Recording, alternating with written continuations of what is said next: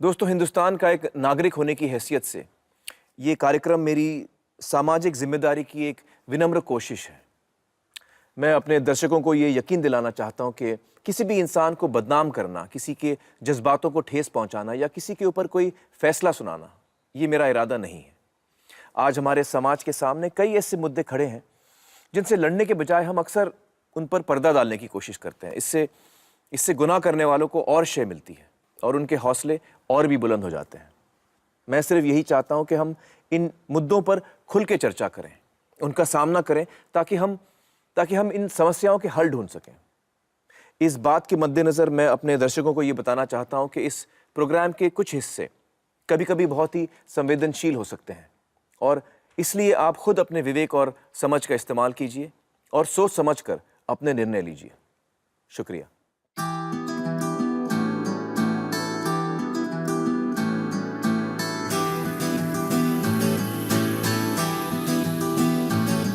तेरा रंग ऐसा चढ़ गया कोई और रंग ना चढ़ सके, तेरा नाम सीने पे लिखा हर कोई आके पढ़ सके।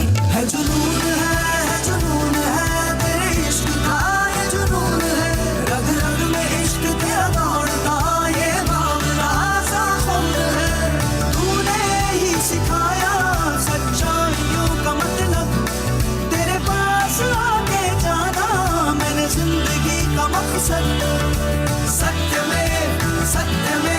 सत्यमेव जयते, सच्चा है प्यार मेरा, सत्यमेव जयते। सत्यमेव जयते, सच्चा है प्यार मेरा, सत्यमेव जयते। नमस्कार, आदाब, खुशामदीद, सत्यमेव जयते। दोस्तों, सबसे पहले तो आज मैं आपको हमारी ऑडियंस से मिलाना चाहूँगा। आज हमारी ऑडियंस में सभी ऐसे लोग हैं जो कम से कम एक बार विदेश जा चुके हैं। इनमें से कई ऐसे हैं जो कुछ साल वहाँ रह के वापस आए हैं और कुछ स्टूडेंट्स भी हैं हमारे साथ।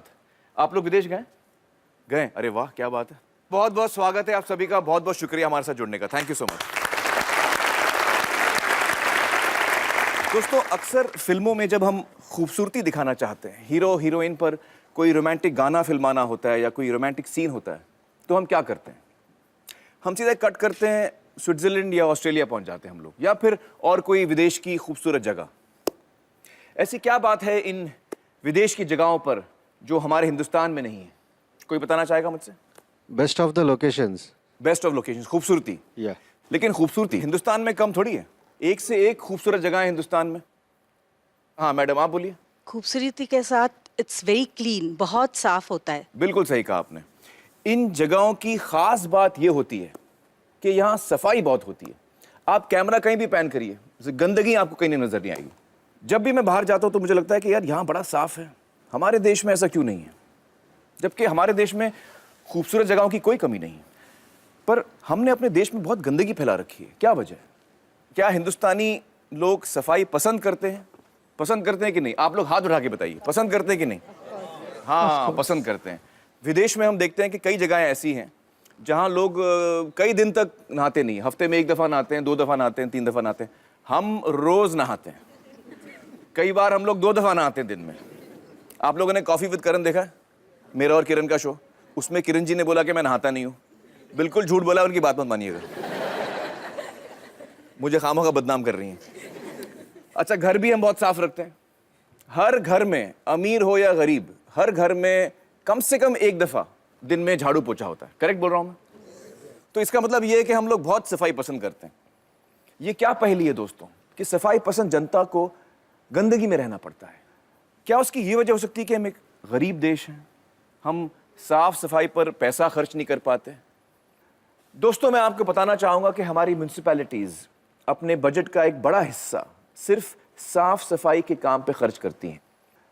और ये छोटी मोटी रकम नहीं है। मैं आपको उदाहरण देता हूँ। मुंबई शहर में सालाना हमारी म्यूनसिपैलिटी 2300 करोड़ खर्च करती है साफ सफाई पर। अब अगर मैं आपको बताऊं कि ये सारा पैसा खर्च करने के बजाय हमारी म्यूनसिपैलिटीज उल्टा पैसा कमा सकती हैं इस कचरे से, और सिर्फ वही नहीं, हर घर पैसा कमा सकता है और इसके साथ साथ देश भी चकाचक साफ हो सकता है। तो क्या आप मेरा यकीन करेंगे? सुनना चाहेंगे आप कैसे? इतनी जल्दी नहीं, इतनी जल्दी नहीं, वो मैं आपको बताऊंगा। लेकिन सबसे पहले देखते हैं कि आखिर उस कचरे का होता क्या है जो हम और आप हर रोज पैदा करते हैं। हिंदुस्तान एक ऐसा देश जिसे कुदरत ने बेइंतहा खूबसूरती बख्शी है, लेकिन इसी खूबसूरत हिंदुस्तान में दूसरी ओर एक भयानक तबाही मची हुई है।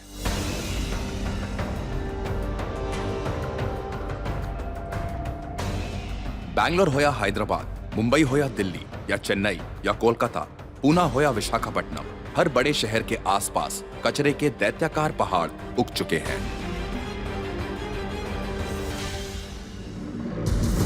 ये वही कूड़ा कचरा है जो हमारे घरों से हर रोज छोटी छोटी मात्रा में निकलता है और जिसे हम लापरवाही से कहीं भी फेंक देते हैं।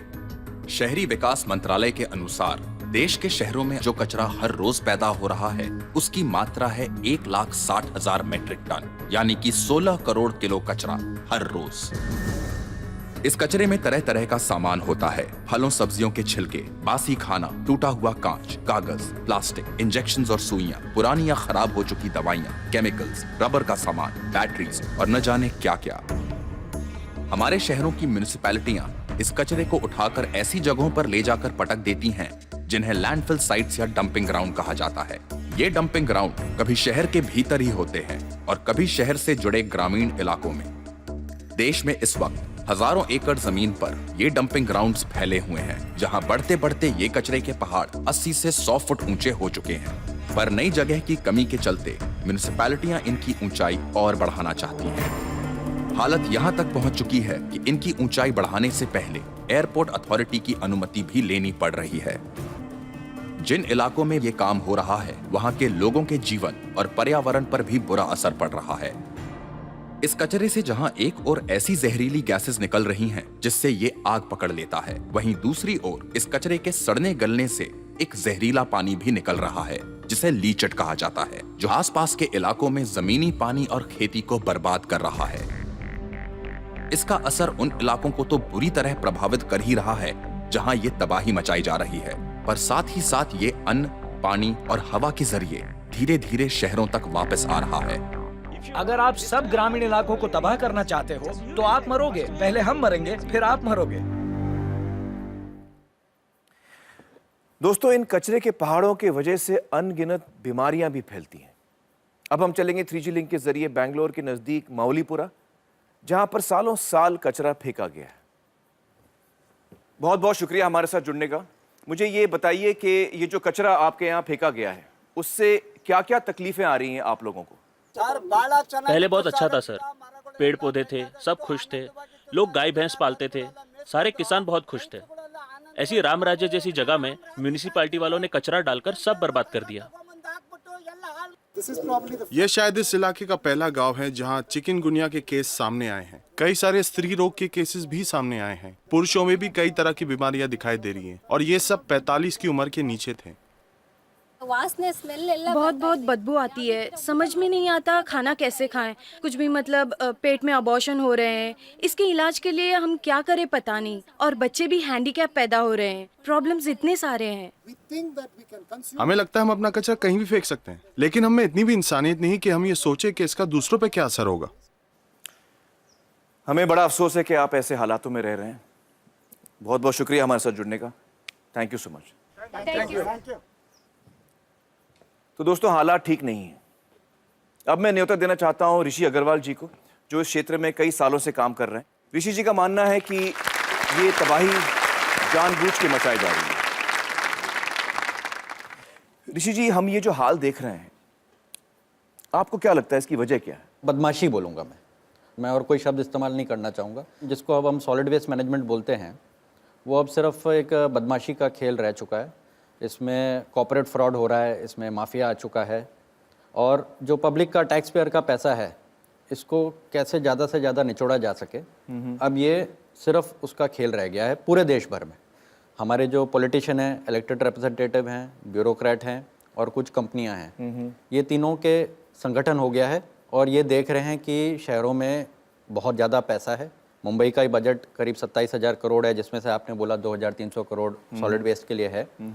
तो सबकी आंखें ये पैसे पे पड़ी हुई हैं। और जो भी आप दिखा रहे थे अभी वीडियो में, ये इतना इलीगल एक्टिविटी है कि आज की तारीख में आपके टॉप ब्यूरोक्रेट्स, पॉलिटिशियंस को जेल में होना चाहिए। ये कॉन्ट्रैक्ट्स देने का जो धंधेबाजी हुई है इसमें, तो ये अपना आप में मैं कहूँगा कि एक बड़ा गार्बेज स्कैम हो गया है। क्या स्कैम है इसमें, क्या गलत हो रहा है? दो चीज़ें हैं इसमें, टिपिंग फी और ट्रक की ट्रिप्स। ये टिपिंग फीस क्या होता है, इसके बारे में मुझे समझाइए। अब जो हमारे डंपिंग ग्राउंड्स हैं, ये सब पब्लिक की जगह है, हमारी और आपकी जगह है। जी जी जी, ये किसी की प्राइवेट जगह नहीं है, लेकिन उसको कॉन्ट्रैक्ट के तहत एक प्राइवेट पार्टी को दे दिया गया है। ठीक है। कि प्राइवेट पार्टी को पैसा दिया जाएगा अगर वो उसका प्रोसेसिंग करेंगे। तो करते हैं वो प्रोसेस? नहीं, प्रोसेसिंग नहीं प्रोसेसिंग नहीं करते। वैसा क्या, वैसा ही जैसे कॉन्ट्रैक्ट के पहले फेंका जाता था वैसे ही अब फेंका जा रहा है। और पहले और अब में डिफरेंस ये है कि पहला तो मुफ्त में फेंका जा रहा था, लेकिन अब वो फेंके जाने पे किसी को पैसा मिल रहा है। अच्छा, तो पहले मुझे जमीन दी गई, बिल्कुल। फिर आप मुझे पैसा भी दे रहे हैं पब्लिक का, टैक्स पेयर का पैसा दे रहे हैं, कि आपको परमिशन दूंगा कि आप जो जमीन आपने ही दी है उस पर आप कचरा डालिए, उसके लिए भी आप पैसे दीजिए। उसके लिए भी आप पैसे दीजिए। अच्छा, तो कितना मिलता है ये टिपिंग का? ये अलग अलग शहरों पे और उनके बजट पे डिपेंड करता है। 200 रुपये पर टन से लेके 500 रुपये पर टन, 800 रुपये टन तक भी जा सकता है। एवरेज एक 500 रुपये पर टन पकड़ सकते हैं। समझिए आप। तो एक ट्रक में कितने टन आते हैं? 5 से 10 टन कचरा आ जाता है। तो 2,500 से 5,000 का एक ट्रक का टिपिंग फी हो सकता है। और जो मैंने आपको दूसरी चीज़ बोली कि ट्रिप का पैसा है, तो हर ट्रक जो ट्रिप हो रही है, हर ट्रिप का इनको 1,000 रुपया, 500 रुपया, 2,000 रुपया मिल रहा है। अच्छा, तो उसमें कॉन्ट्रैक्टर घुस गए हैं, किसी का 100 करोड़ का कॉन्ट्रैक्ट, किसी का 200 करोड़ का, 150 करोड़ का कॉन्ट्रैक्ट, और वो घुस गए हैं और उन्होंने बोला यार ट्रीटमेंट आप छोड़ो, ट्रक में डालो और उठा के कहीं फेंक के आ जाओ। तो ट्रक को अलग से पैसा देते हैं और डंपिंग ग्राउंड का जो कॉन्ट्रैक्ट है उसको अलग से पैसा, और वहाँ डालने के लिए अलग से पैसा देते हैं। ये बदमाशी चालू है। तो लॉ क्या है एक्चुअली, लॉ क्या कहता है इस पे? सबसे पहली चीज़ यही कही गई है कि हर म्युनिसिपल कॉरपोरेशन अपने नागरिकों को कहेगा कि आप गीला कचरा और सूखा कचरा अलग रखिए। सूखा कचरा क्या होता है? सूखा कचरा हो गया जैसे आपने अभी वेफर खाए, उसका पैकेट हो गया, प्लास्टिक का पैकेट, पेपर, कांच की बोतल, प्लास्टिक की बोतल, कार्डबोर्ड। तो ये जो चीजें हम खा नहीं सकते, मतलब ये जो ये सूखा कचरा कहलाता है, और गीला कचरा कहलाता है जो हमारे खाने का जो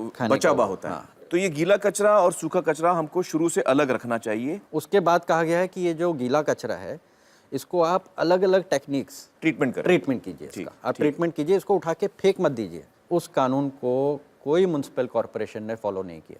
फंडामेंटल प्रिंसिपल है जी वेस्ट का जी कि रिड्यूस, रीयूज, रिसाइकल। रिड्यूस मतलब कम करो, रीयूज करो, जिस चीज को कर सकते हैं दोबारा इस्तेमाल करो, और जिस चीज को आप रिसाइकल कर सकते हैं उसको रिसाइकल करो।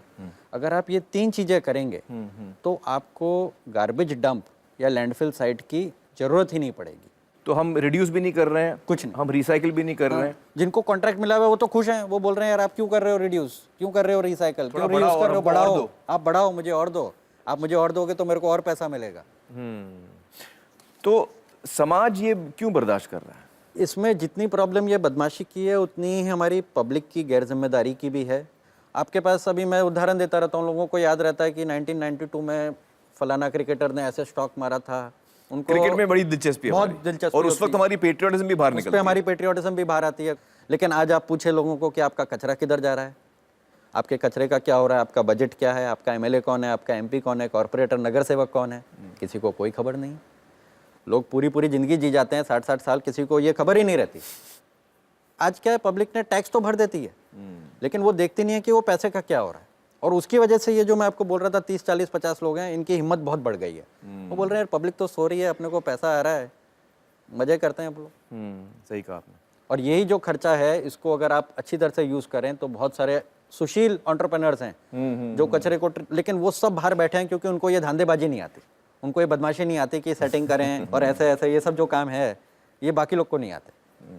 तो वो जिन लोग को वो काम नहीं आता वो सब बाहर बैठे हैं, और जिनको ये कचरा उठा के फेंकना आता है वो अंदर बैठे हैं। तो तरीके हैं, तरीके बहुत सारे हैं सर, 10 से 15 टेक्नोलॉजी हैं जो आप इस्तेमाल कर सकते हैं। आपको कहीं कचरा नहीं दिखेगा। जैसे आप बता रहे थे कि हम स्विट्जरलैंड जाते हैं, साफ सफाई दिखती है, बिल्कुल वैसा ही पूरा इंडिया बनाया जा सकता है। तो ये पॉसिबल है? बिल्कुल पॉसिबल है। दोस्तों, ऋषि जी ने बताया कि बहुत सारे ऐसे तरीके हैं जिनके इस्तेमाल से हम इस तबाही से बच सकते हैं। क्या हैं ये तरीके? आइए उनमें से एक पर नजर डालते हैं। गोराई, मुंबई का एक डंपिंग ग्राउंड। 30 सालों से लगातार इकट्ठा हुए कचरे ने यहाँ लगभग 80 फुट ऊंचे महाकाय पहाड़ का रूप ले लिया था। लेकिन दिसंबर 2003 में इस डंपिंग ग्राउंड के 1 हेक्टेयर क्षेत्रफल में एक प्रयोग हुआ। कचरे के पहाड़ को जमीन तक उतार दिया गया और नई जमीन के लिए तरसती म्युनिसिपैलिटी को फिर से जमीन उपलब्ध कराई गई। कीचड़ में कमल खिलाने जैसे इस काम को सिर्फ 60 दिनों में अंजाम दिया बिरजू मुंद्रा की मेहनत और डॉक्टर SR माले की वैज्ञानिक सूझबूझ ने।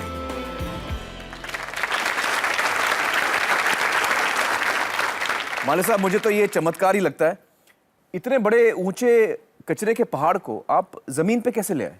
ये बॉम्बे हाई कोर्ट के आर्डर से हुआ। बॉम्बे हाई कोर्ट में पिटीशन जो चल रही थी लोगों की कि ये कचरा बहुत बढ़ रहा है, खतरनाक हो गया है, इसका वास्तविक प्रैक्टिकल हल निकालिए। तो लेकिन किया कैसे? ये कैसे जो होता कुछ है? आपने डाला ये बगैर सोर्स एग्रीगेटेड करके उन्होंने डाला था।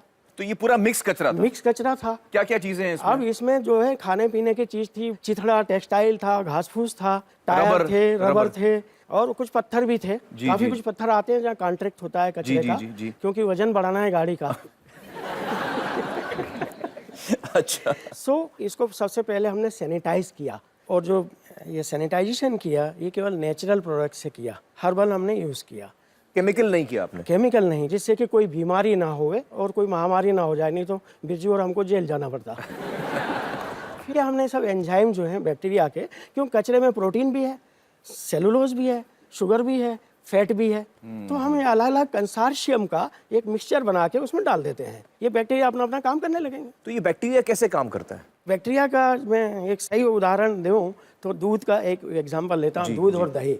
1 किलो आप दूध को उबालिए, एक में आप डाल दीजिए जामन, एक में मत डालिए, और 4 घंटे बाद दोनों बर्तन को देखिए, आपने जिसमें वो राइट बैक्टीरिया डाल दिया था जामन, जो कि लैक्टोबैसिलस है, वो दही बन गया, फर्स्ट क्लास मतलब हो गया है। दूसरा गिलास है वो स्पाइल्ड मिल्क हो गया, सॉर मिल्क, जहरीला हो गया। जहरीला हो गया, क्योंकि जो अनवांटेड बैक्टीरिया है वो घुस गए, वो उनको मतलब किसी कैरियर की जरूरत नहीं है, वो हवा में है। उनको जहाँ लिक्विड मीडियम दिखा वही एंट्री मार लेता है वो। हाँ? लेकिन डिसिप्लिन बैक्टीरिया जो है उसको आपने को बोलना पड़ता है कि ये इसमें एक काम करो। तो जहाँ अच्छे बैक्टीरिया ने सीट सब ऑक्यूपाई कर ली, जैसे ये जितने सब हैं, imagine they are all bacteria, they have all occupied the seats, now no other bacteria can come, no bad person can come. चूंकि वो दूसरे में राइट बैक्टीरिया नहीं बैठा हुआ था, so all those unsocial bacteria they got into that and they spoiled it. दूसरे दूध में। सो ये सब हमने पोस्ट फैक्टो उस डंपिंग ग्राउंड में सही बैक्टीरिया डाला। हाँ जी, सही बैक्टीरिया का इनोकुलेशन कर दिया। And don't kill flies. मक्खी जो है काम की चीज है। 2 मक्खी 5 दिन में 70,000 बच्चे पैदा करती है। बाप रे। वो छोटे छोटे बच्चे जो हैं वो सब खा लेते हैं, मीट फिश ये वो। अच्छा, जो रह जाता है। हाँ, जो रह जाता है फूड में है, जो प्रोटीन है। देखिए मक्खी मेरे पास भी आ रही है। मक्खी ने सुन ली आपकी बात, वो फौरन आई, उसको लगा यार ये आदमी मेरी तारीफ कर रहा है। तारीफ कर रहा है।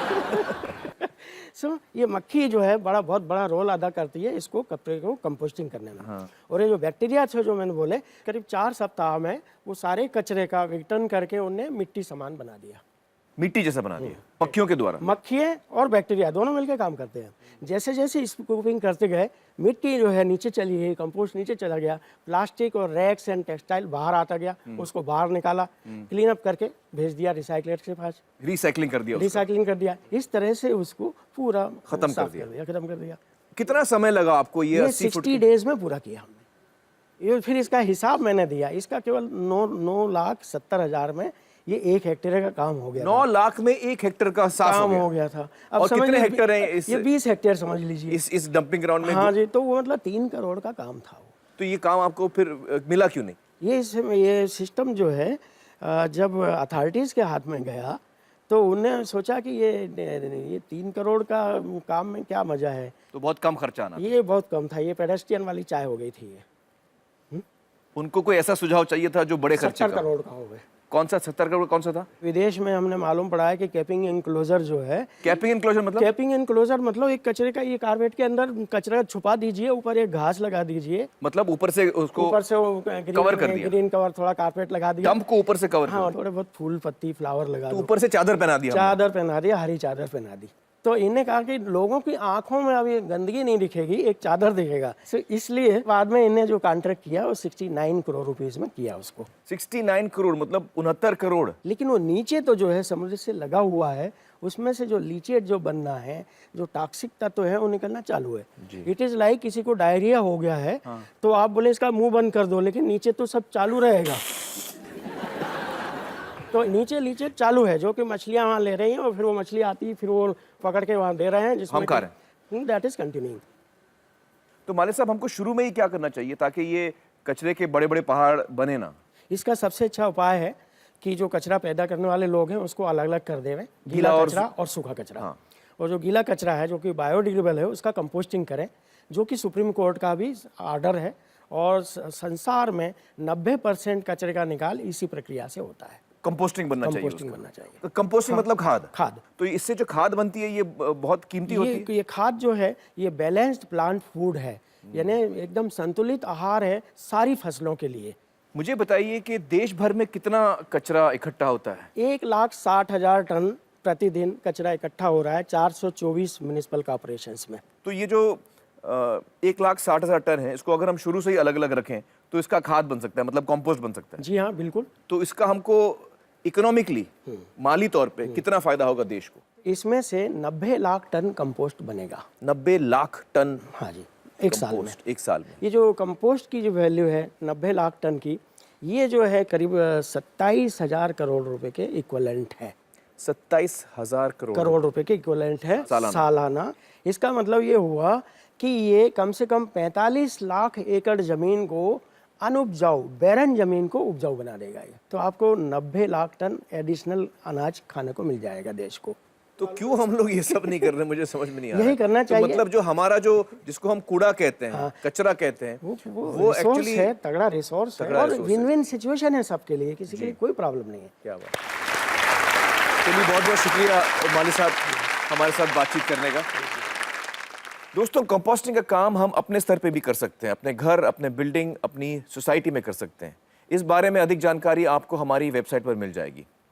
यहाँ पर लेते हैं एक छोटा सा ब्रेक, वापस लौटकर देखेंगे कचरे से निपटने के कुछ और चमत्कारी उपाय। तो फिर दिक्कत क्या, ऐसा हो क्यों नहीं रहा है? आज कॉर्पोरेशन ये बोलती है कि हमारे पास कचरा ही नहीं है?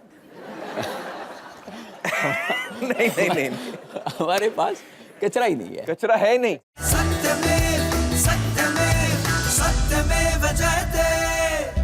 मुंबई में स्थित Tata institute of social sciences की कैंटीन में किसी भी अन्य कैंटीन की तरह खाना बनाते वक्त कुछ कचरा निकलता है, कुछ खाना बच भी जाता है या खराब भी हो जाता है। जहां आम कैंटीन इस तरह के कचरे को म्यूनिसिपैलिटी के हवाले कर देती है, वहीं ये कैंटीन इसको सहेज कर रखती है।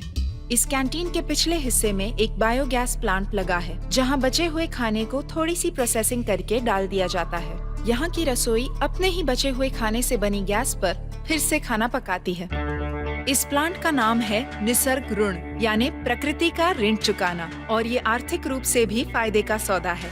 और जिस तकनीक के इस्तेमाल से ये प्लांट बनाया गया है, उसको विकसित किया है भाभा एटॉमिक रिसर्च सेंटर के वैज्ञानिक डॉक्टर शरद काले ने।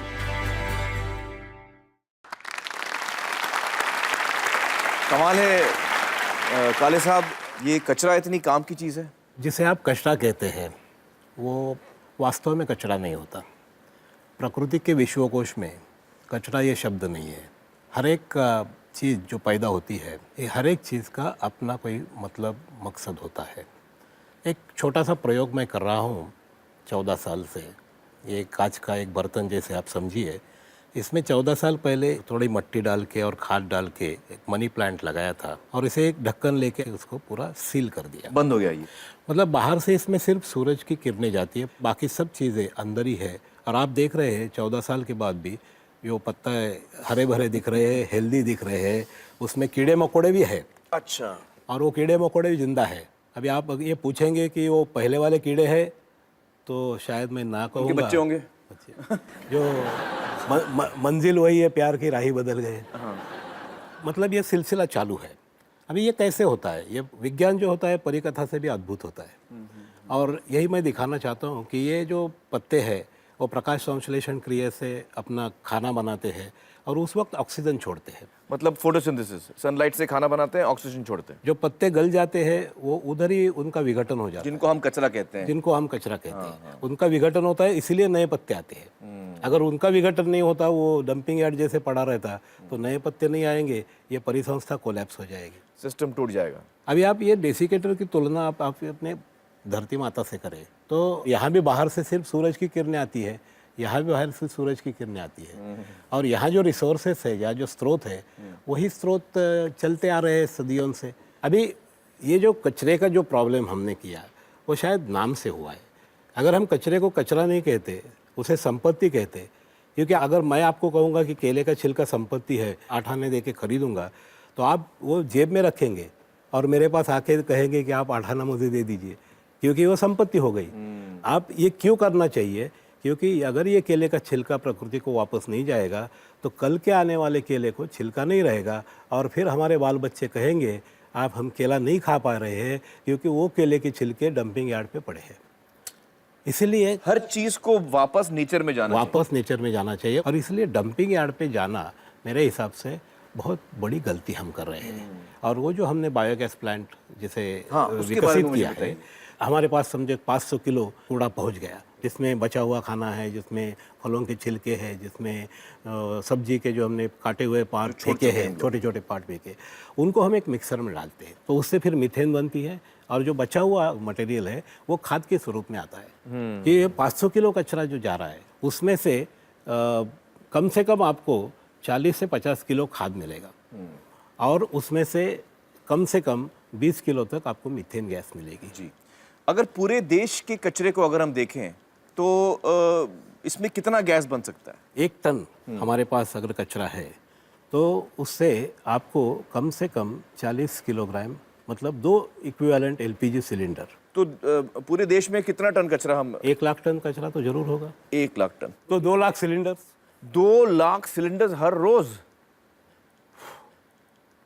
तो इस पे खर्चा कितना है? मतलब ये इकोनॉमिकली वायबल है? आधे टन का मॉडल इकोनॉमिक हो सकता है, और उसमें 12 लाख रुपए का इनिशियल इन्वेस्टमेंट होता है, 12 लाख का इनिशियल, और 40 स्क्वायर मीटर जगह लगती है, और उसका जो लाइफ टाइम है वो कम से कम 40 साल है। और ये जो 12 लाख जो आपने खर्चा लगाया है इसमें, हाँ जी, ये आपको वापस भी मिल जाएगा, क्योंकि आपको फिर गैस फ्री मिलने लगेगा एक पॉइंट के बाद। 3-4 साल के बाद तो वो 3-4 साल के बाद फ्री हो जाता है। एक डिसेंट्रलाइज्ड बायोगैस प्लांट जैसे TISS ने लगाए, ऐसे कई सारे ऑर्गेनाइजेशन है जैसे जो लगा सकते हैं, मतलब जितनी बड़ी बड़ी कंपनियां हैं वो लगा सकते हैं, स्कूल्स लगा सकते हैं। और बाबा परमाणु अनुसंधान में एक अच्छा काम किया है। ये जो तकनीक है ये हमने बहुत मामूली कीमत पे 25,000 रुपए की कीमत रखी है, वो तकनीक हम किसी को भी दे सकते हैं।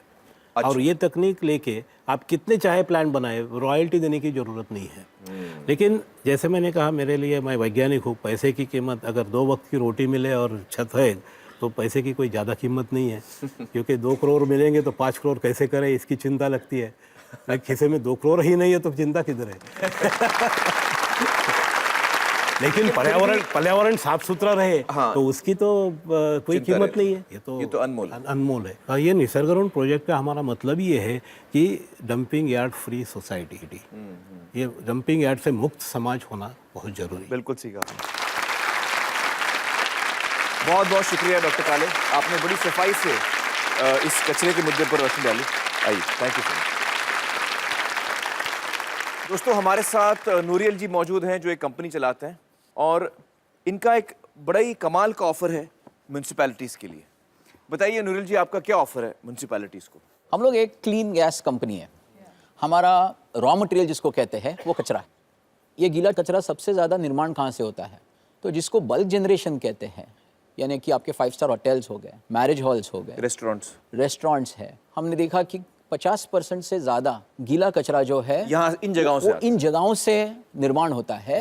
हम इसको सिर्फ कमर्शियल स्केल के प्लांट्स में हैंडल करना चाहते हैं। वैज्ञानिक तरीके से वेस्ट का प्रोसेसिंग होता है, उसमें से इतने बढ़िया क्वालिटी का गैस निकल सकता है, और ये गैस बाजार में उपयोगी प्रोडक्ट के तौर पे वापस आते हैं। तो नूरियल जी, आपका प्रस्ताव क्या है? ये करने के लिए म्यूनिसिपल कॉर्पोरेशन से ट्रांसपोर्टेशन या टिपिंग फी, इसके सपोर्ट की जरूरत ही नहीं है। तो आप टिपिंग फी नहीं लेंगे? टिपिंग फी हम लेते ही नहीं है। गवर्नमेंट को, हमको या म्यूनिसिपल कॉर्पोरेशन को यही हमारा प्रस्ताव है कि हमको टिपिंग फी ही नहीं चाहिए। आपको सिर्फ कचरा चाहिए? हमको सिर्फ कचरा चाहिए। तो ये कचरा आप कहने के मैं ले लूंगा जी बिल्कुल, और मैं इस पे बिजनेस करूंगा जी, और बिल्कुल। इसमें मैं पैसे कमाऊंगा। जी बिल्कुल। तो आप म्युनिसिपैलिटीज को भी कुछ वापस दे सकते हैं इसमें से? बिल्कुल, कोई मॉडल ऐसे भी हमने प्रपोज किए हुए हैं जिसमें हम म्यूनिसिपैलिटी के साथ पैसा या रेवेन्यू भी शेयर कर सकते हैं। तो मतलब ये कि अगर आपको ये कॉन्ट्रैक्ट दिया जाए किसी शहर का, तो आपको जहां कचरा नजर आएगा आप वो भाग के उठाएंगे हाँ, कि बिल्कुल भैया उठाएंगे। ये कचरा मुझे भी चाहिए।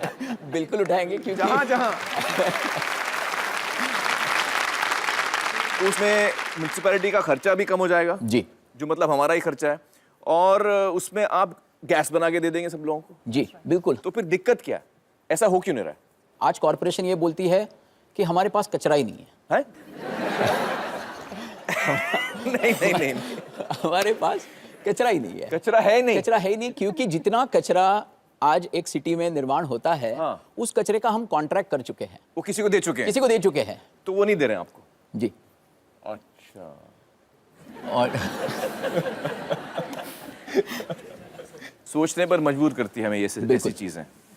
दोस्तों, इतने अच्छे और सरल तरीके, इतने आसान तरीके होने के बावजूद एक नया तरीका सरकार पूरे देश में फैलाने की कोशिश कर रही है, जिससे क्या कहर बरसेगा, ऊपर वाला मालिक है। दक्षिणी दिल्ली में पिछले करीब 2 साल से कचरे से निपटने के लिए एक बड़ा प्लांट लगाया गया है। जिस तकनीक का इस्तेमाल इस प्लांट को चलाने में होता है उसे इंसिनरेशन कहते हैं, यानी कचरे को जलाना। लेकिन इस प्लांट के शुरू होते ही आसपास रहने वाली जनता पर जैसे मुसीबतों का पहाड़ टूट पड़ा है। हम लोगों को मतलब सांस लेने में तकलीफें हो रही हैं। कफ प्रॉब्लम है, जोड़ों में दर्द रहने लग गया हम लोगों के, क्योंकि इचिंग होती है, आईज में इचिंग होती है। कपड़े बाहर पूरे काले हो गए, इतना गंदा। There are days when कई बार भारी मात्रा में राख गिरती है हमारे घरों पर, हमारे कपड़ों पर, हमारी गाड़ियों पर।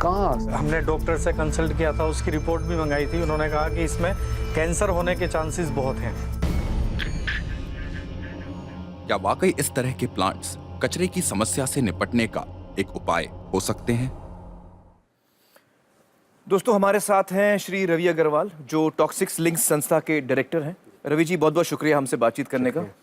शो की शुरुआत से अलग अलग तरीके देख रहे हैं, ये एक अलग तरीका है जिसमें कि हम उसको जलाते हैं। तो ये तकनीक जो है, जिसको हम इंसिनेटर्स कहते हैं, इसके बारे में आपकी क्या राय है?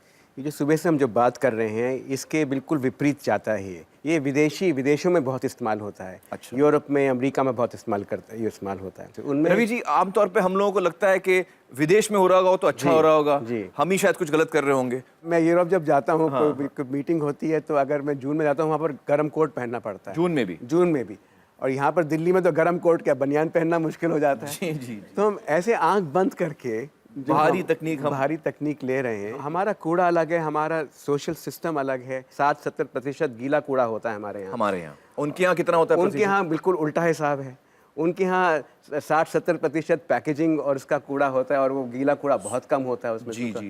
क्योंकि वो प्लास्टिक बहुत इस्तेमाल करते हैं, वो कार्डबोर्ड, एल्यूमिनियम के कैन, ये सब। तो जाहिर है हमारी ज़रूरत अलग है। जी। इसमें और जो एक दिक्कत है कि आपने पूरा कूड़ा मिक्स वेस्ट, हम सब सेग्रीगेशन की हम कह रहे हैं कि अलग करिए या मिक्स मत करिए, गीला और सूखा अलग करिए। ये मशीनें कहती हैं कि आप कुछ मत करिए, आप सब कुछ दे दीजिए, हम सबको जला देंगे। अंग्रेजी में एक फ्रेज है, लैंडफिल्स इन द स्काई। तो जो कूड़ा तो आप जमीन पे इकट्ठा कर रहे थे, आपने उसको मशीन में डाल के जला के, अब वही कूड़ा आसमान में घूम रहा है, दिख नहीं रहा है लेकिन घूम रहा है। उसके सारे जो बुरे असर हैं उसके घूम रहे हैं। और ये खास खतरनाक प्रदूषण है, और ये सिर्फ कूड़ा जलाने से ही सबसे ज्यादा निकलता है। इसको क्या कहते हैं? डायोक्सिन करके एक गैस निकलती है। डायोक्सिन वो बहुत ही खतरनाक गैस है। इतनी खतरनाक है कि इसमें UN ने पूरा एक ट्रीटी बनाई है कि डायोक्सिन को दुनिया से कैसे कम किया जाए। डायोक्सिन क्या होता है? डायोक्सिन एक केमिकल कंपाउंड है जी। जो वियतनाम वॉर में, जो वियतनाम का युद्ध जो हुआ था, अमेरिका और वियतनाम, उसमें इस्तेमाल किया हर्बिसाइड, यानी कि जंगल को जलाने के लिए, ताकि लोग देख सकें। उसका इनको असर पूरा मालूम नहीं था उस टाइम। 1960-1970 की बात है। उसका असर ऐसा हुआ कि उसमें तीसरी पीढ़ी के जो बच्चे पैदा हुए हैं अभी, उनको भी उसमें असर है। यानी कि उनके जो हाथ पैर ठीक से नहीं बने होते हैं, या उनका जो प्रोडक्शन की जो फैसिलिटी है वो उनकी ठीक नहीं होती है, या कैंसर होता है। इसी वजह से विदेशों में अरबों रुपए खर्चा जाता है ताकि इस पे डायोक्सिन को कंट्रोल किया जाए। अच्छा। और डायोक्सिन दिखता नहीं है। अच्छा, नजर नहीं आता। तो आपको बिल्कुल कुछ नहीं दिखेगा, लेकिन डाइऑक्सिन आप निकल रहा होगा, हवा में निकल रहा है। बाकी इसमें हैवी मेटल निकलते हैं, जैसे आपने बैटरी डाल दी कूड़े में, या आपने पुराना थर्मोमीटर डाल दिया कूड़े में, तो उसमें मरकरी होती है जी, तो मरकरी निकलेगी इसमें से। मरकरी को रोकने का कोई तरीका नहीं है इसमें। और मरकरी अगर लेड जो कहते हैं, अगर छोटे बच्चे के 6 साल के कम बच्चे के खून में चले जाए तो उसकी सोचने की क्षमता, IQ लेवल कम हो जाती है, परमानेंटली कम हो जाती है। इसी जहरीली हवा को कंट्रोल करने के लिए दुनिया भर में अरबों रुपए खर्च किया गया है, और हम उसको अभी इसको क्रिएट कर रहे हैं। और इसमें जो एक और जो बात है, जो कूड़े में बहुत लोग जुड़े हुए हैं, लाखों लोग काम के साथ लाखों लोग जुड़े हुए हैं कूड़े के साथ, वो अपनी रोजी रोटी इसमें कमाते हैं। तो जब ऐसी मशीनें लगाते हैं तो इनकी रोजी रोटी भी चली जाती है।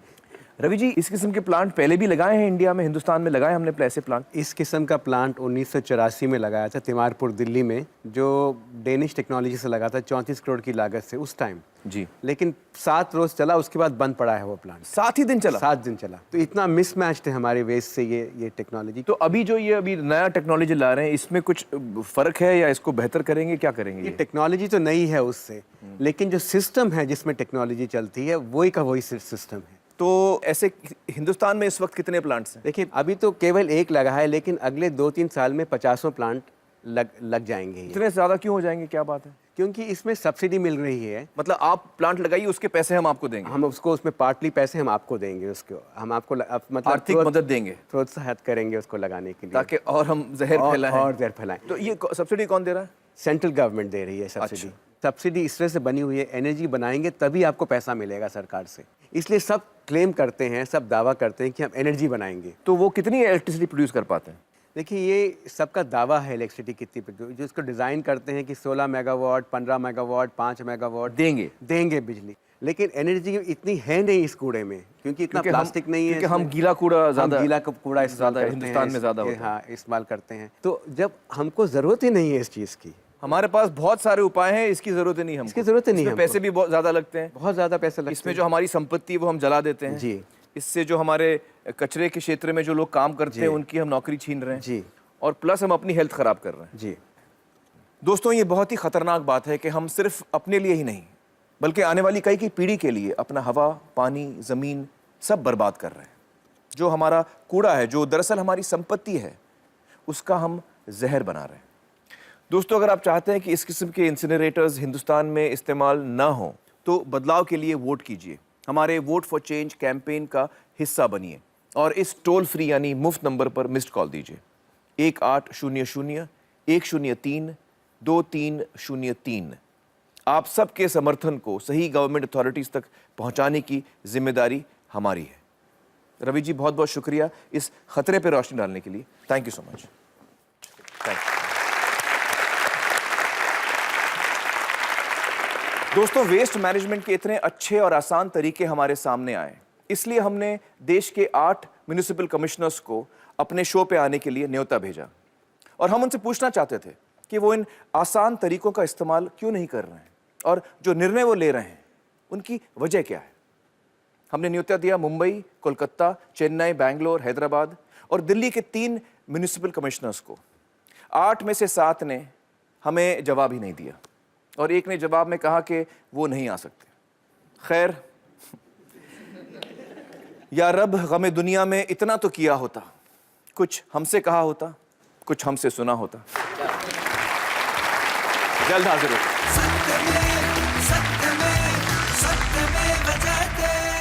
हम लोग नजदीक गए तो बोलने कि इनका बास आता है और ये चोरी करते हैं।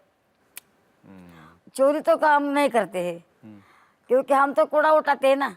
बिल्कुल सही। उनके घर का उठाते हैं ना। बिल्कुल सही। गंदगी कौन करते हैं? वो लोग करते हैं ना। सफाई तो हम करते हैं ना।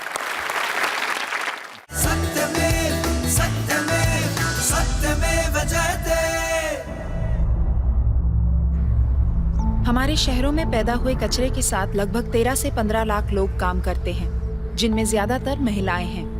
इन लोगों को अक्सर अमानवीय परिस्थितियों में काम करना पड़ता है। बिना किसी सुरक्षा के काम करने की वजह से तरह तरह की बीमारियां लगने का डर भी बना रहता है। समाज भी इस काम को नीची निगाह से देखता है। पुलिस और म्यूनिसिपैलिटी भी इनको अपराधी की दृष्टि से ही देखते हैं। ना इनका जीवन आसान है, ना काम। फिर भी इनके काम को कोई अहमियत नहीं मिलती। पुणे शहर में सन 2007 में कचरा चुनने का काम करने वाले लोगों की एक सहकारी संगठना बनी, स्वच्छ। म्यूनिसिपैलिटी के साथ मिलकर शहर की कचरा व्यवस्था में स्वच्छ को एक अहम सहयोगी के रूप में शामिल किया गया। अब वही वेस्ट पिकर आज आप देखेंगे कि अपना कोट पहन के, घंटी बजा के, अभिमान से जाके किसी का कचरा उठाती है और बोलती है कि ये मेरा हक है।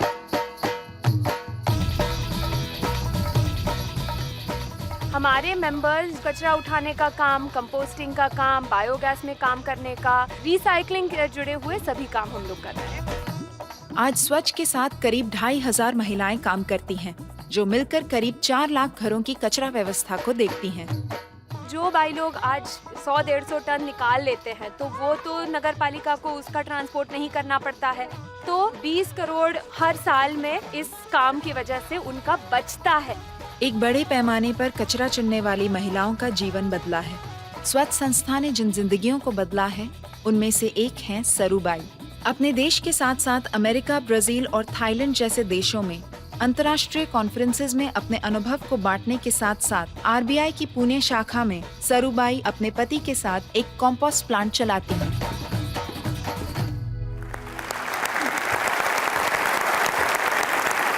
दोस्तों, हमारे साथ यहाँ मौजूद हैं सरूबाई और लक्ष्मी जी, जो उन लोगों में से एक हैं जिन्होंने स्वच्छ की शुरुआत की थी। बहुत बहुत स्वागत है आप दोनों का।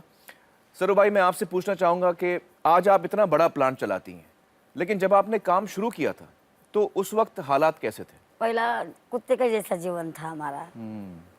सुबह 4 बजे 5 बजे उठ के जाने का कंटेनर पे, तो जब वो कागज, कांच, पतरा चुनने को मिलने का, और जब जाएंगे तो कुत्ते के साथ में, सुअर के साथ में, चूहे बोलो, घूस बोलो, उनके साथ में लड़ाई करना पड़ता थे।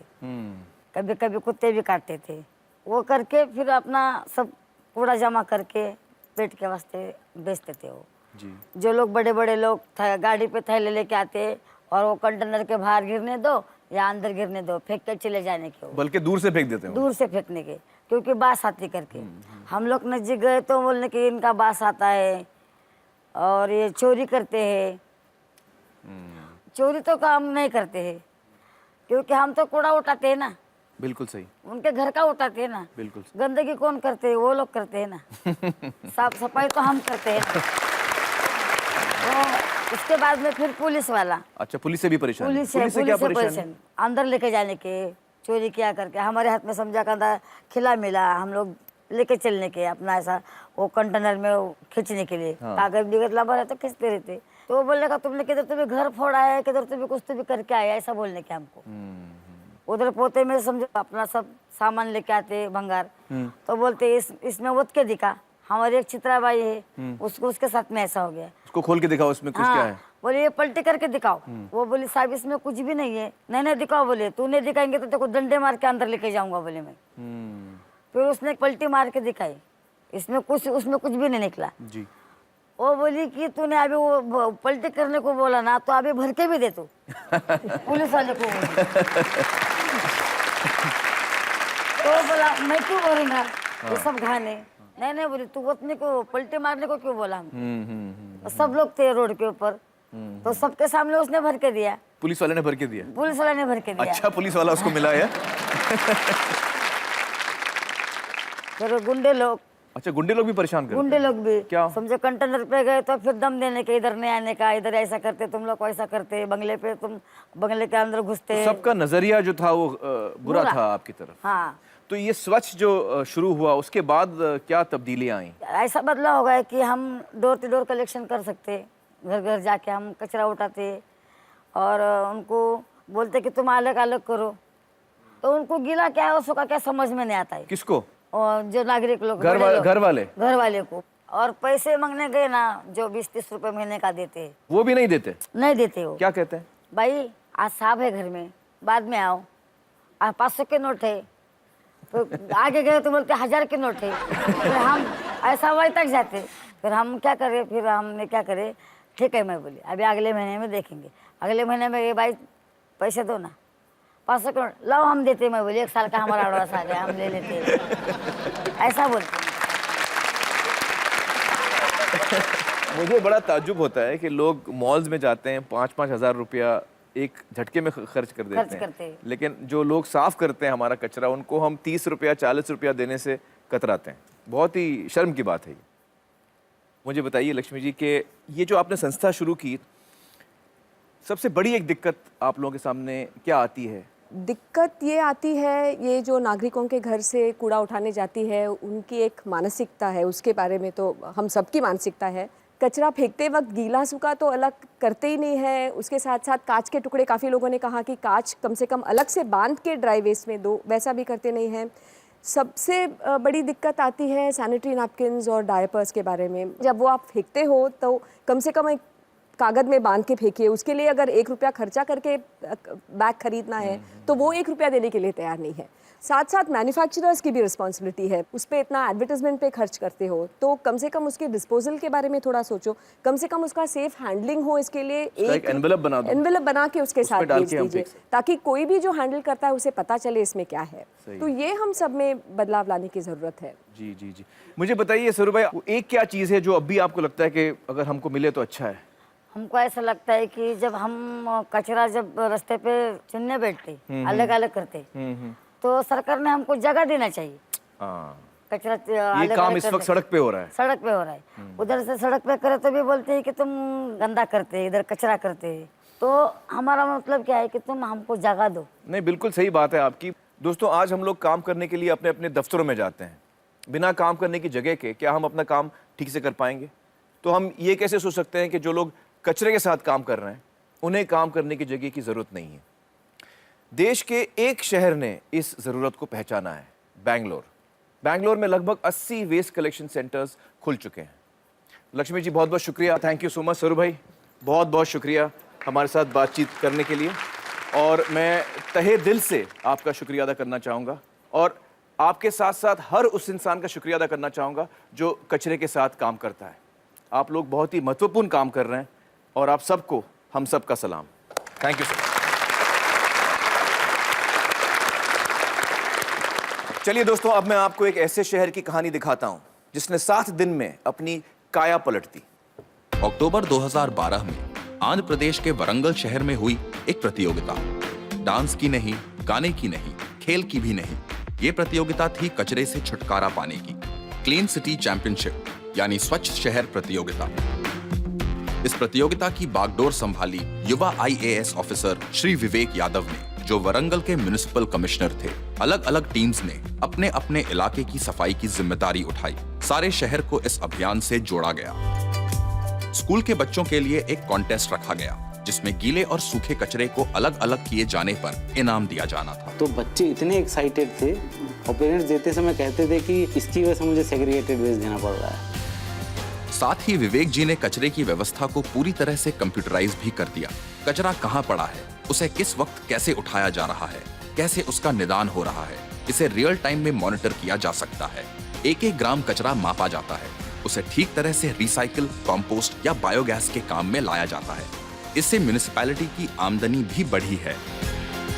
प्रशासन की इच्छा, सफाई कर्मियों की मेहनत और जनता के सहयोग से वरंगल आज शायद देश का एकमात्र ऐसा शहर है जहां ना सड़कों पर कूड़ा है और ना कूड़ेदान। मुझे गर्व है कि मैं वारंगल शहर में रहती हूँ। ये इलाका अब इतना साफ हो गया है, बहुत अच्छा लगता है। आंध्र प्रदेश की अनेक म्युनिसिपैलिटियों में हो रहे इन बेहतरीन कामों के पीछे प्रेरणा स्रोत रहे हैं director of municipal administration Shri Janardan Reddy. दोस्तों, हमारे साथ हैं डॉक्टर जनार्दन रेड्डी, जो आंध्र प्रदेश की 182 म्युनिसिपैलिटीज के डायरेक्टर हैं, और उनके साथ हैं श्री विवेक यादव, जो वारंगल के म्युनिसिपल कमिश्नर रह चुके हैं। डॉक्टर रेड्डी, आपने इस किस्म की पहल की और सफलता भी पा रहे हैं। आपकी सफलता का राज क्या है? Solid waste management. कचरा एक ऐसा मुद्दा है जिसमें म्युनिसिपल कमिश्नर समेत किसी की कोई दिलचस्पी नहीं है। देश भर में कहीं भी म्युनिसिपल कमिश्नर्स डंपिंग यार्ड का नियमित दौरा नहीं करते।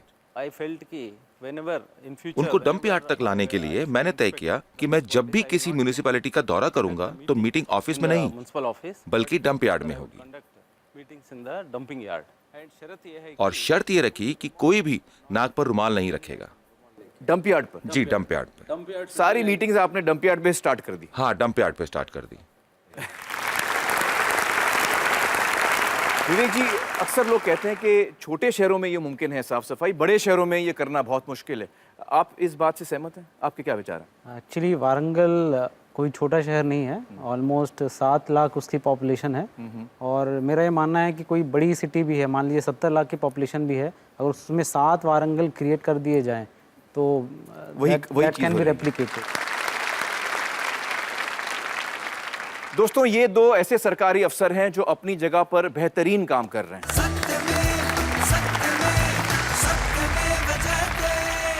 कीड़े मुर्गियों को बहुत पसंद हैं, चुन चुन के खा लेती हैं और बदले में अगले दिन सुबह बेहतरीन अंडे देती हैं। जो लोग कीड़ों को देखकर मुंह बनाते हैं, वो अगली सुबह उन अंडों से बने ऑमलेट को बड़े मजे लेकर खाते हैं।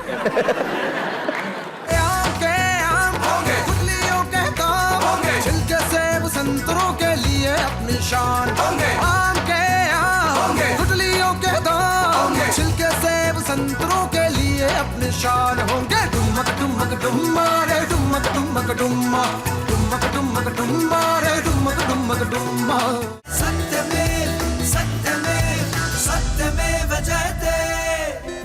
गाय, मुर्गियां, मेढक, मछलियां, बतखे और केचुए, ये सब प्राणी वेल्लोर के श्रीनिवासन चंद्रशेखरन के साथी हैं और कचरे से निपटने के उनके काम में कार्यकर्ताओं की भूमिका निभाते हैं।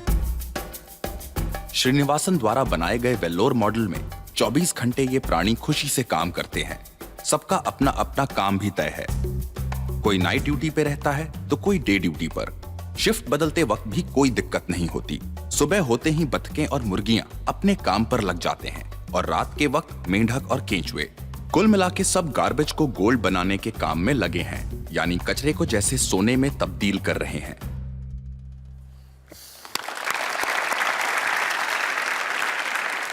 श्रीनिवासन जी, मुझे बड़ा ताज्जुब होता है कि आप जानवरों का इस्तेमाल करते हैं। दरअसल जानवरों से बेहतर ये काम कोई नहीं कर सकता, इसीलिए हम उन्हें काम पे लगाते हैं। वो कैसे? देखिए, गाय के बारे में तो हम सब जानते हैं, गाय दूध देती है, पर 4-5 बछड़े पैदा करने के बाद जब गाय दूध देना बंद कर देती है तो लोग समझते हैं कि गाय बेकार हो गई है। इसी तरह लोग कचरे को भी बेकार समझते हैं, पर माइनस और माइनस के मिलने पर ही प्लस बनता है। बस इन दोनों चीजों को साथ में जोड़ने की जरूरत है। इसलिए हम सब्जी मार्केट से हर 4 घंटे में बचा हुआ माल उठाते हैं। कुदरत ने हर चीज के लिए वक्त दिया है, अगर उस वक्त के अंदर आप सही इस्तेमाल कर ले तो वो चीज बेकार नहीं रहती, उसमें से कुछ काम की चीज निकलती है।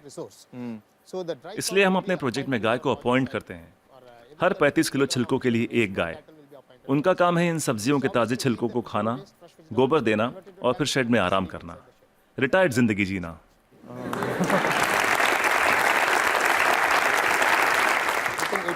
सिर्फ 8 घंटे में सारा कचरा घट के गोबर के रूप में 1/4 हो जाता है और इस गोबर में काफी मात्रा में ईंधन वाली मीथेन गैस होती है। हम तुरंत गोबर को बायोडाइजेस्टर में डाल देते हैं। इसमें से मीथेन गैस निकल जाती है और हमें बिना मीथेन के गोबर का एक घोल मिलता है। इसको हम तुरंत केचुओं के हवाले कर देते हैं। केचुए उसे खा लेते हैं और उनके पेट से जो बाहर आता है उसे कहते हैं वर्मी कास्ट। ये दुनिया की सबसे बेहतरीन खाद होती है। दुनिया की सबसे बेहतरीन खाद। इसे ब्लैक गोल्ड या काला सोना भी कहा जाता है। खेती के लिए बहुत अच्छा है।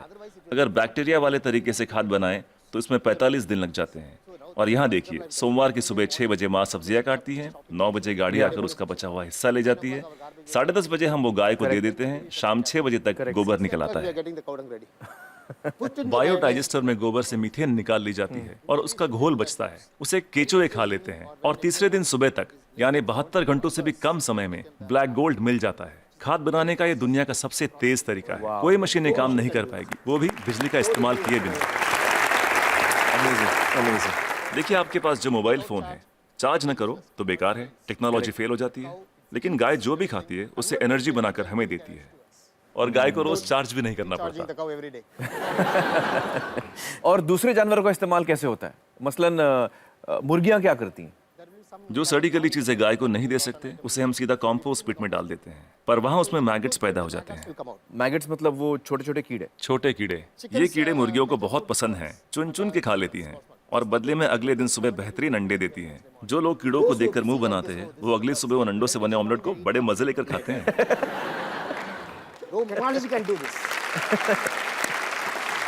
कोई टेक्नोलॉजी, कोई मशीन ये नहीं कर पाएगी। No machine in the दुनिया में ऐसी कोई मशीन नहीं बनी जो कीड़े खाए और अंडे दे। बिल्कुल ठीक, बिल्कुल ठीक। but the chicken role also लेकिन हर चीज में जहाँ कुछ खूबियाँ होती हैं, वहाँ कुछ खामियां भी होती हैं। positive and negative. ओके। मुर्गियों के साथ एक परेशानी है, आप चाहे पूरा दिन उनसे काम ना लें, आराम करने दें, फिर भी वो रात को काम नहीं करेंगी। Time it never work. तो रात को कौन काम करता है? For that रात we को हमें have- मेंढक को काम पर लगाना पड़ता है हाँ। और वो सिर्फ नाइट ड्यूटी ही करते हैं। कुदरत का करिश्मा है, एक दूसरे की कमी को पूरा कर देते हैं। ना तनख्वाह मांगते हैं, ना बोनस, ना यूनियन बनाते हैं, ना हड़ताल करते हैं, बस अपने अपने काम में लगे रहते हैं। सही है, सही है। तो मुझे बताइए कि ये बतखें क्या करती हैं? That's favorite food. बतख का पसंदीदा खाना है मछलियाँ। अब मछली बाजार का कचरा म्यूनिसिपैलिटी के लिए सरदर्द होता है, पर वही मछलियाँ बतख के लिए दावत हैं। तो अगर आप हर 3 घंटे में मछली बाजार का कचरा उठा के बतखों को दे दे तो ये तुरंत हजम कर लेंगी। 15-20 मिनट में सब कुछ सफाचट, और कचरा अगले दिन बतखों के खूबसूरत अंडों में तब्दील हो जाएगा। The whole thing will be conducted with beautiful. Normally the ducks will lay आमतौर पर बतखें हर महीने 8 से 10 अंडे देती हैं, लेकिन जब हम उन्हें मछलियों और दूसरे नॉनवेज की खुराक देते हैं तो 24-24 अंडे देना शुरू कर देती हैं। ओह। And if I have 20 ducks, then multiplied by yeah, we have हम हर 11 मादा पे एक नर बतख रखते हैं। on one male duck. why 11 female and 1 male? हमें तो अंडों से मतलब है, एक ही नर बतख काफी है। तो ये जानवर आपके लिए बहुत अहमियत रखते हैं। They are the people doing जी बिल्कुल, इनकी वजह से ही तो इतने बढ़िया नतीजे मिल रहे हैं। तो इस वक्त आप किसी प्रोजेक्ट पे काम कर रहे हैं? Yeah, right now I'm working with Coimbatore. फिलहाल कोयम्बतूर में काम चल रहा है। डिस्ट्रिक्ट रूरल डेवलपमेंट एजेंसी के साथ हम 10 ग्राम पंचायतों का काम संभाल रहे हैं, जो एक म्यूनिसिपैलिटी के बराबर है। It's equal to one municipality. एक गांव में तो मैं समझ सकता हूं कि ये हो सकता है, क्योंकि वहां पर छोटे पैमाने पे करना है, लेकिन अगर बड़े पैमाने पे करना है, जैसे किसी शहर में करना है, आपका जो तरीका ये मुमकिन है? बड़ी म्यूनिसिपैलिटियों की दिक्कत ये है कि शहरों में जगह कम होती है, पर हमें कचरे को 100 किलोमीटर दूर ले जाने की जरूरत नहीं। ये काम हर वार्ड में होना चाहिए, इसलिए डिसेंट्रलाइज मेथड अपनाना बहुत जरूरी है। छोटे छोटे स्तर पर करना चाहिए। Decentralize method. लोग हजारों टन कचरे से एक साथ निपटना चाहते हैं, पर ये सोच ही गलत है। अगर मैं आपको एक बड़ा कटहल दूं तो आप उसे एक साथ एक बार में खा सकते हैं, लेकिन अगर उसके छोटे छोटे टुकड़े कर दें तब खाना आसान हो जाएगा। इसलिए हर 2 किलोमीटर के रेडियस पे SLRM सेंटर होने चाहिए। SLRM सेंटर क्या होता है? Solid and liquid resource management centre. तो हर 2 किलोमीटर पे ये सेंटर होना चाहिए। जी, डिसेंट्रलाइजेशन एक कामयाब तरीका है। साथ ही कचरे को अलग अलग इकट्ठा करना भी बेहद जरूरी है। मिसाल के तौर पर सलून में से सिर्फ 6 तरीके का कचरा निकलता है। वो क्या? महिलाओं के बाल, पुरुषों के बाल, ब्लेड, क्रीम लगे हुए पेपर या टिश्यू, आफ्टर शेव, कॉस्मेटिक्स वगैरह के डिब्बे और कुछ बचा हुआ खाना और फूल वगैरह। Some flowers, other things. So we don't. हम नहीं चाहते कि ये चीजें बाकी का कचरा ले जा रहे ट्रक में मिलाई जाए। इसके लिए अलग गाड़ी होनी चाहिए। जैसे मुंबई में करीब 2000 सलून्स होंगे, 2000 saloons. एक गाड़ी सब जगह घूम के ले लेगी। हर इलाके के लिए एक छोटी गाड़ी। हाँ, अलग अलग एरिया के लिए अलग अलग गाड़ियाँ होंगी। हाँ, जी, सिर्फ सलून के लिए। दिन खत्म होने से पहले सब बिक जाएगा। आज की तारीख में दुनिया का सबसे कीमती कचरा है महिलाओं के बाल। 2500 रुपए प्रति किलो। वाह वाह। तो दिन भर का जो कचरा है, दिन खत्म होते होते वो इस्तेमाल भी हो जाएगा। अलग अलग इकट्ठा करें तो राज ये है, तरकीब ये है कि शुरुआत से ही मिक्स मत करो। जी, अलग अलग इकट्ठा करो और अलग अलग ही लेकर जाओ। तो आपके पास इसका पूरा प्लान है, मास्टर प्लान है? बिल्कुल है। वाह वाह। तो मुझे बताइए कि ये जो आपका मॉडल है, इसमें खर्चा कितना आता है? See, this is totally self-sustainable. देखिए, ये मॉडल अपना खर्च खुद निकाल लेता है। मैं अपने तजुर्बे से कह सकता हूँ कि आपके घर के हर रोज के कचरे से 3 रुपए वसूले जा सकते हैं। मतलब आप अगर मेरा कचरा लेंगे तो आप मुझे 3 रुपए देंगे? उसे 3 रुपयों में बदल सकता हूँ। 3 रुपए में तब्दील कर देंगे, बदल देंगे। और कचरा उठाने का कोई भी चार्ज लिए बिना। तो मुझे बताइए कि अगर मुंबई जैसे शहर की जिम्मेदारी आपको दी जाए कि इसको आप साफ कर दीजिए, तो आपको कितना समय लगेगा, कितना वक्त लगेगा आपको? कम से कम 18 महीने। मतलब 1.5 साल। तो मतलब 1.5 साल में आप मुंबई की काया पलट कर सकते हैं। Yes. जी, बिल्कुल कर सकते हैं। बहुत बहुत शुक्रिया श्रीनिवासन जी, बहुत ही कमाल के सुझाव आपने दिए हैं। बहुत बहुत शुक्रिया, थैंक यू सो मच। दोस्तों, प्लास्टिक आजकल की जिंदगी का एक बहुत बड़ा मुद्दा है। प्लास्टिक एक ऐसी चीज़ है जो मनुष्य ने बनाई तो है, लेकिन उसका खात्मा नहीं हो सकता, जो धरती में जज्ब नहीं हो सकती, जिसको हम अंग्रेजी में कहते हैं नॉन बायोडिग्रेडेबल। और शायद ये हम सबके सामने बहुत बड़ी समस्या है कि आखिर प्लास्टिक का क्या किया जाए। एक इंसान है जिसके पास इसका जवाब है। मदुरई के त्यागराजर कॉलेज ऑफ इंजीनियरिंग के प्रोफेसर वासुदेवन ने कचरे में प्लास्टिक की समस्या से निपटने का एक बेहतरीन उपाय खोज निकाला है। उन्होंने एक ऐसी प्रक्रिया इजाद की है जिससे प्लास्टिक का इस्तेमाल सड़क बनाने के काम में हो सकता है। इस पद्धति से बनाई गई सड़कों की उम्र आम तरीके से बनाई गई सड़कों से कहीं अधिक होती है। प्लास्टिक के इस्तेमाल से पत्थर और तारकोल का जोड़ मजबूत हो जाता है और बारिश के मौसम में भी पानी की वजह से सड़कों पर गड्ढे पैदा नहीं होते। पिछले 10 साल से ना ही सड़क में दरारें पड़ी हैं, ना ही गड्ढे। मतलब 10 साल तक मेंटेनेंस का खर्चा नहीं। देश का कितना पैसा बचेगा? कई विदेशी कंपनियों की लाखों डॉलर की पेशकश ठुकराकर प्रोफेसर वासुदेवन ने इसका कॉपीराइट अपने कॉलेज के नाम लिखवा दिया है। ये तकनीक देश के लिए है और वो भी बिल्कुल मुफ्त। इसका पेटेंट हमारे कॉलेज के नाम पे है और टेक्नोलॉजी देश के नाम। यदि देश भर की कोई भी म्युनिसिपैलिटी इस तकनीक का इस्तेमाल करके सड़क बनाना चाहती है तो वो इसे मुफ्त में पा सकती है। प्लास्टिक को रोड पर मत डालिए, बल्कि प्लास्टिक डालकर रोड बनाइए।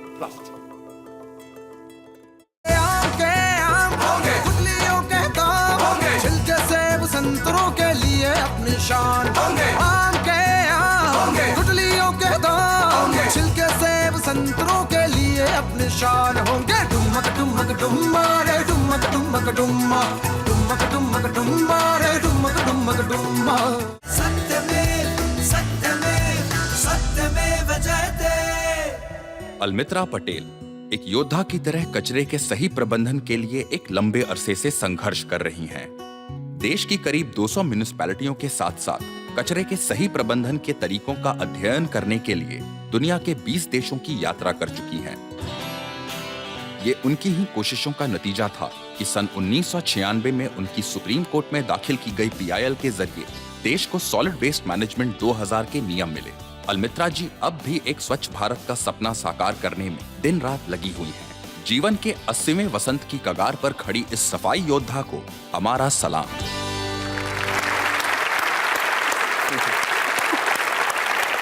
अलमित्रा जी, इस क्षेत्र में हम जितना भी आगे बढ़े हैं उसका एक बहुत बड़ा श्रेय आपको जाता है। आपका इस देश को क्या संदेश है? What is your message to the nation? जब हमने भारत के लिए नीति बनाई तो अपने वैदिक मूल्यों को ध्यान में रखा। जहाँ रसोई घर में बची खाने की किसी भी चीज को कचरा नहीं समझा जाता था। उससे खाद बनाई जाती थी जो वापस खेतों में जाकर जमीन को उपजाऊ बनाती थी। अगर हमें राम राज्य वापस लाना है तो सिर्फ इतना करना है कि रसोई घर से निकलने वाली चीजों में प्लास्टिक या दूसरा कचरा नहीं मिलाना है। अगर हम गीला कचरा खाद के रूप में किसानों को वापस लौटाएंगे तो हमें सेहतमंद और किफायती खाना मिलेगा।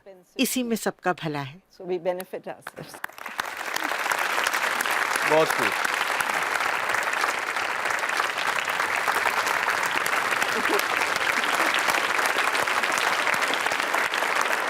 दोस्तों, बहुत सारी म्युनिसिपैलिटीज ये बहाना देती हैं कि लोग कचरा अलग अलग नहीं रखते, इसलिए हम उसका सही इस्तेमाल नहीं कर पाते। और लोगों का कहना यह है कि हम अलग अलग रखें भी तो क्या फायदा, म्युनिसिपैलिटीज हमारे कचरे को मिलाकर ले जाती हैं। मेरा यह कहना है कि म्युनिसिपैलिटीज अपना काम करें या ना करें, हमें अपना काम करना है। तभी हम हक से म्युनिसिपैलिटीज पे दबाव बना पाएंगे, उनसे ये मांग कर पाएंगे कि वो अपना काम ठीक से करें। आज हमने आपको जितने भी सुझाव दिखाए, अगर हम चाहते हैं कि हमारी म्युनिसिपैलिटीज उनको अपनाएं, तो चाहे वो बायोगैस का सुझाव हो, कंपोस्टिंग का सुझाव हो या वेल्लोर श्रीनिवासन जी का तरीका, इन सब में शुरुआत हमसे होती है, हर एक हिंदुस्तानी से होती है। जैसा अलमित्रा जी ने बताया कि अगर गीले और सूखे कचरे को शुरू से ही अलग अलग रखें, उसको मिक्स ना करें, मिलाएं ना, तभी ये सारी चीजें मुमकिन है। ये 2 फुट का फासला हमारे देश को बदल सकता है। तो आज का हमारा सवाल है, क्या आप आज से ये कसम खाते हैं कि आप गीले और सूखे कचरे को अलग अलग जमा करेंगे और अपने देश की खूबसूरती में, उसकी शान और शौकत में, उसके गौरव में 4 चांद लगा देंगे? अगर आपका जवाब हाँ है तो बदलाव के लिए वोट कीजिए और हमारे वोट फॉर चेंज कैंपेन का हिस्सा बनिए। अपने मोबाइल फोन पर वाई टाइप करके इस नंबर पर SMS भेजिए 5782703। इस SMS को भेजने का खर्च 5 रुपए है। आप चाहें तो हमारे इस सवाल को समर्थन मिस्ड कॉल के जरिए भी दे सकते हैं। इसके लिए टोल फ्री यानी मुफ्त नंबर है 1800-103-2303। आपके SMS के जरिए जितना भी पैसा इकट्ठा होगा गवर्नमेंट टैक्सेस काटने के बाद वो सारा का सारा पैसा इस संस्था को दिया जाएगा, स्त्री मुक्ति संगठना। एक और संस्था जिसको हमने इस बार सहयोग के लिए चुना है वो है कष्टकरी पंचायत, जिसके साथ स्वच्छ के लोग जुड़े हुए हैं। कष्टकरी पंचायत और स्त्री मुक्ति संगठना, ये दोनों संस्थाएं कूड़ा चुनने वाली महिलाओं और उनके परिवारों के लिए बहुत ही बेहतरीन काम कर रही हैं। अगर आप इन संस्थाओं को सहयोग देना चाहते हैं तो स्क्रीन पर दिए गए नाम से चेक बनाकर अपनी नज़दीकी एक्सिस बैंक शाखा पर जमा करवा सकते हैं। आप चाहें तो उनकी वेबसाइट पर ऑनलाइन ट्रांसफ़र भी कर सकते हैं। इसके बारे में पूरी जानकारी आपको एक्सिस बैंक की किसी भी शाखा पर मिल जाएगी। इसके अलावा आप एयरटेल मनी के जरिए भी अपना सहयोग इन दोनों संस्थाओं को दे सकते हैं। इस बारे में जानकारी इस वक्त आपकी स्क्रीन पर है। रिलायंस फाउंडेशन भी इस विषय के लिए 1 करोड़ रुपयों का योगदान करेगी, जो इन दोनों संस्थाओं में आधा आधा बांट दिया जाएगा। रिलायंस फाउंडेशन सत्यमेव जयते की फिलैंथ्रोपी पार्टनर यानी जन कल्याण सहयोगी है।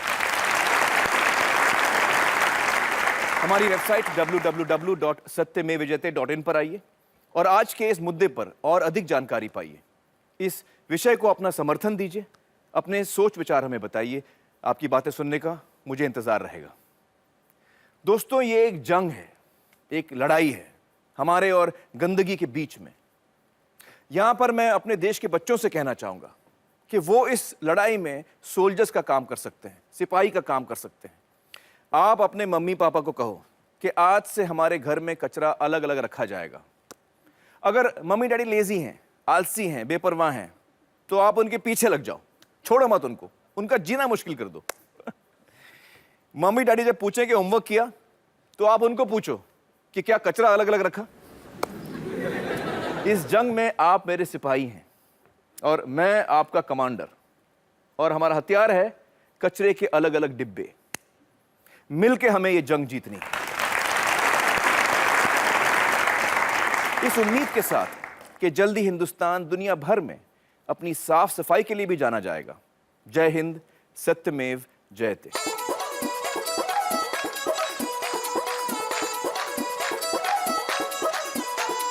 आम के आम, गुठलियों के दाम, छिलके सेब संतरों के लिए अपनी शान।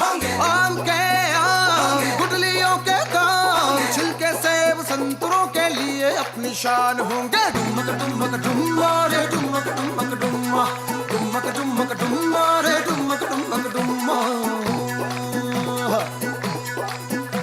और गोल अपनी धरती है और गोल इसकी बातें, एक हाथ से ले तो दूसरे हाथ से लौटा दे। खजाने वसुंधरा के हो तभी अपने पास होंगे।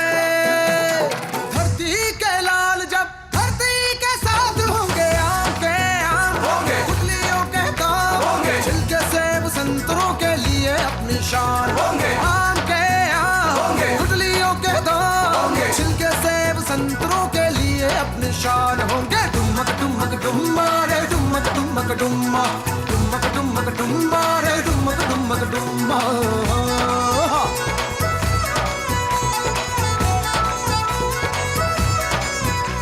ये मच्छर और ये मक्खियाँ लौटेंगे बनके तितलियाँ, और झीलों के किनारों पे नाचेंगी मस्त मछलियाँ। रुमाल फेंक नाक लंबी, सांसें लेते जाएंगे। बच्चों के गाल भी टमाटरों से लाल होंगे। आम के आम होंगे, गुठलियों के दाम, छिलके सेब संतरों के लिए अपनी शान होंगे। आम के आम, गुठलियों के दाम, छिलके सेब संतरों के लिए अपनी शान होंगे। डुमक डुमक डुम्मा रे डुमक डुमक डुम्मा, डुमक डुमक डुम्मा रे डुमक डुमक डुम्मा।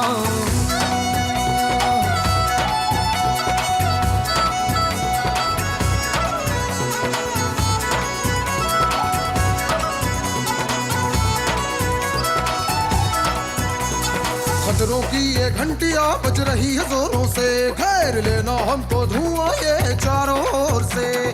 सुन के इन घंटियों को जो होशियार होंगे, अक्ल की किताब में उनके ही नाम होंगे। आम के आम होंगे, गुठलियों के दाम, छिलके सेब संतरों के लिए अपनी शान होंगे। आम के आम, गुठलियों के दाम, छिलके सेब संतरों के लिए अपनी शान होंगे। डुमक डुम्मा रे डुम्मक डुम्मक डुम्मा